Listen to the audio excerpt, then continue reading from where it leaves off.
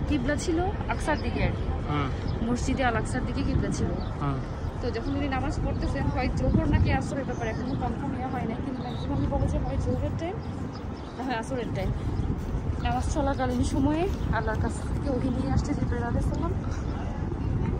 নামাজ চলতেছে ওই টাইমটাতে ওহি আসছে যে কিবলা পরিবর্তন হয়ে কাবার দিকে হয়ে গেছে। তো তখন রসুল সহ যারা যারা নামাজে ছিলেন তারা সবাই সেম টাইমে আকসা থেকে সরে কাবার দিকে মুখ করে দাঁড়াচ্ছে। আর কাবার দিকে কিবলা হওয়ার কারণ হচ্ছে রসুলের দোয়া।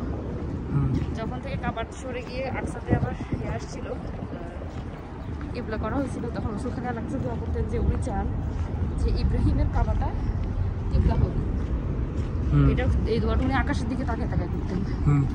তো আল্লাহ সুবহানাহু ওয়া তাআলা শুরু করে দিয়েছে, এবং এটা এখানে নামাজরত অবস্থায় আপনার ইয়া হচ্ছে নামাজরত অবস্থায় কিবলা চেঞ্জ হয়ে গেছে।